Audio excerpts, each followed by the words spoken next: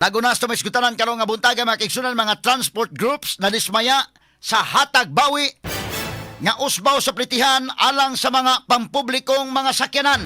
Straight to the point. At nagpagtagad buntaga mga kaigalaan no. Nanawagan kini sa Malacañang nga dalion ang pagpagawa sa fuel subsidies. Human isuspenso ang pagpatuman sa usbaw sa plitihan. Straight to the point. Katalig pagtagad na butaga mahigala kay doon na usbaw sa plitihan kay ang mga PUG drivers, mga operators ni hangyo slag usbaw kay naunsa naman yung mga higala ning atong gasolina perti naman mahala. So aron nga di sa maalkansi pod sa ilang biyahe, nangay slag usbaw. Mi-announce na may gala nga doon usbaw pan karon gibawi.